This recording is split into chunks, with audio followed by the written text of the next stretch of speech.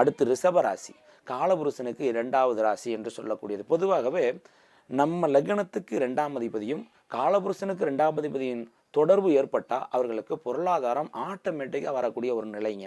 அதே தாங்க இப்போ இந்த ரிஷபராசி என்பது காலபுருஷனுக்கு 2வது வீடு. அந்த வீட்டுக்கு லாபஸ்தானம் என்று சொல்லக்கூடிய 11ஆம் இடத்தில் இந்த சனி பகவான் வந்து உட்கார்றாருங்க.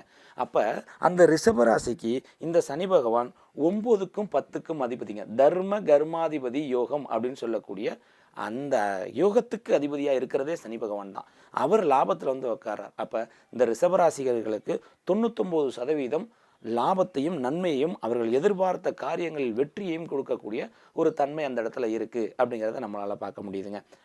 மேசம் எப்படி நெருப்பு தத்துவத்தை சொன்னோமோ அதே போல் இது நிலத்தத்துவம்னு சொல்லுவோம்.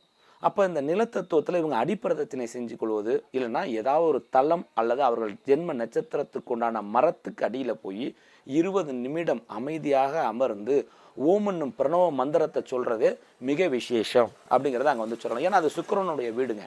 அந்த சுக்கிரனுடைய வீட்டுக்கு அதிபதி அவங்க தான். அப்போ சுக்கிரனும் சனியும் நண்பர்கள்.